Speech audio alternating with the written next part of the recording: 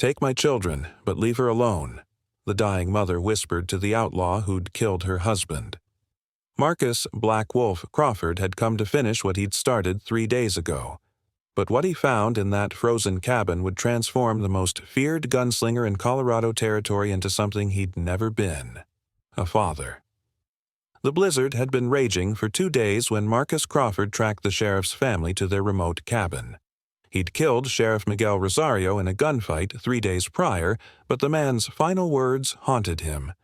"My wife, my children, they'll starve without me." Most outlaws would have ridden away. Marcus had ridden toward the cabin instead. The windows were dark when he arrived. No smoke from the chimney. No sound except the wind howling through pine trees. Marcus dismounted, hand on his gun, and approached the door. It wasn't locked. Inside, the cabin was ice cold. The fire had died days ago. In the corner, 3 children huddled under thin blankets, their lips blue, eyes wide with fear and hunger. The youngest, a girl of maybe 5, clutched a doll made of corn husks. On a bed near the far wall lay a woman, her face gaunt but beautiful, her breath coming in shallow gasps. Elena Rosario, the sheriff's wife. She was dying. Marcus stood in the doorway, snow melting from his coat. He'd come here to... what? Finish the job? Make sure there were no witnesses? He wasn't sure anymore. Elena's eyes found his. She didn't scream, didn't plead. She simply stared at the man who'd made her children orphans. "You're him," she whispered, "the one who killed Miguel." Marcus nodded slowly. "I am." The children pressed closer together. The oldest boy, maybe 9, stepped protectively in front of his sisters. His chin trembled, but his eyes blazed with defiance. "My husband spoke of you," Elena continued, her voice barely audible. "Said you weren't born evil. Said something broke you." Marcus flinched. Sheriff Rosario had been different from other lawmen. During their final confrontation, he'd tried to talk instead of just shooting. Had spoken about redemption, about second chances. "I came to..." Marcus stopped. He didn't know how to finish. Elena studied his face. "You came to kill us too." "I thought about it." "But you haven't." Marcus looked at the children. The boy's hands shook from cold and hunger. The middle child, a girl of 7, had tears frozen on her cheeks. The youngest one made soft whimpering sounds. "When did you last eat?" Marcus asked. 3 days, the boy answered, voice cracking. "When Papa went to town."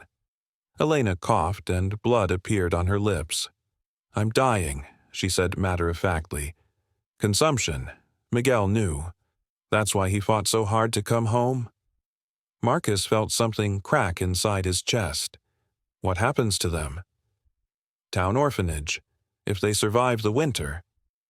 Elena's breathing grew more labored. But the orphanage? It's not kind to Mexican children. Marcus stared at the family before him. He'd killed their protector, their provider. These children would likely die because of him. Elena reached toward him with trembling fingers. "You want absolution? You want to make peace with Miguel's ghost?" Marcus stepped closer. "How?" "Take my children, but leave her alone," Elena whispered, pointing to the youngest girl. "She still believes the world is good. Don't let this winter kill that belief." "Take them where?" "Away from here. Somewhere warm, somewhere safe." Elena's eyes were growing glassy. "Somewhere they can be children instead of victims." Marcus knelt beside her bed. "Why would you trust me? I'm the one who—" "Because you came back," Elena interrupted. "Evil doesn't return to count its cost. You came back because somewhere inside, Miguel was right about you." She gripped his hand with surprising strength. "Promise me. Promise you'll give them a chance." Marcus looked at the 3 pairs of eyes watching him. Waiting. Hoping. "I promise." Elena smiled, and for a moment her face looked peaceful. "Their names are Diego, Esperanza, and Little Rosa. They know English and Spanish. They're good children. Smart. Kind. She coughed again, more blood. Tell them. Tell them their mama loved them. Tell them their papa died protecting people. Tell them they come from love, not violence. Marcus nodded. I will. Elena's grip loosened. And you, Marcus Crawford. You remember this moment. Remember that mercy feels better than revenge. Her breathing slowed, then stopped. The most feared outlaw in Colorado territory found himself holding the hand of a woman who'd just entrusted him with everything that mattered to her. Marcus stood slowly. The children stared at their mother's still form, then at him. The oldest boy, Diego, squared his shoulders. Are you going to hurt us now? He asked. Marcus shook his head. I'm going to take care of you. Why should we trust you? Because your mother did, and because I owe your father a debt that can only be paid forward. Marcus spent the next hour gathering supplies. He wrapped Elena's body in quilts and laid her outside until spring, when the ground would thaw for burial. He packed what little food remained, bundled the children in every piece of clothing he could find, and loaded them onto his horse. Where are we going? Esperanza asked as they rode south, away from the killing cold. California, Marcus replied. Somewhere warm. Somewhere you can start over. What about you? Little Rosa asked, her voice muffled by the scarf wrapped around her face. Marcus was quiet for a long moment. I'm starting over, too. They traveled for weeks, Marcus spending his outlaw earnings on food, shelter, and care for the children. He sold his guns, one by one, to pay for their needs. In Sacramento, he found work at a lumber mill. It was honest work, hard work, but it felt cleaner than anything he'd done in years. He rented a small house with a garden where Rosa could play. He enrolled Diego and Esperanza in school, watching with wonder as they learned to read and write. At night, he told them stories about their parents.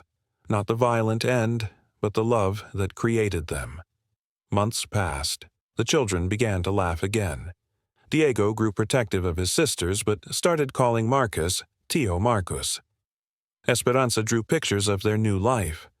Rosa, who had barely spoken at first, began chattering constantly. Her mother's prediction proven right. Her belief in goodness had survived the winter. One evening, as Marcus watched the children play in the yard, Diego approached him. Tio Marcus, do you miss being, before? Marcus considered the question. I thought I was powerful then, but I was just empty. He looked at the boy. Your mother gave me something to fill that emptiness with. What's that? Purpose, love, a reason to be better than I was. Diego nodded solemnly. Mama always said people could change if they wanted to. Marcus smiled. She was right.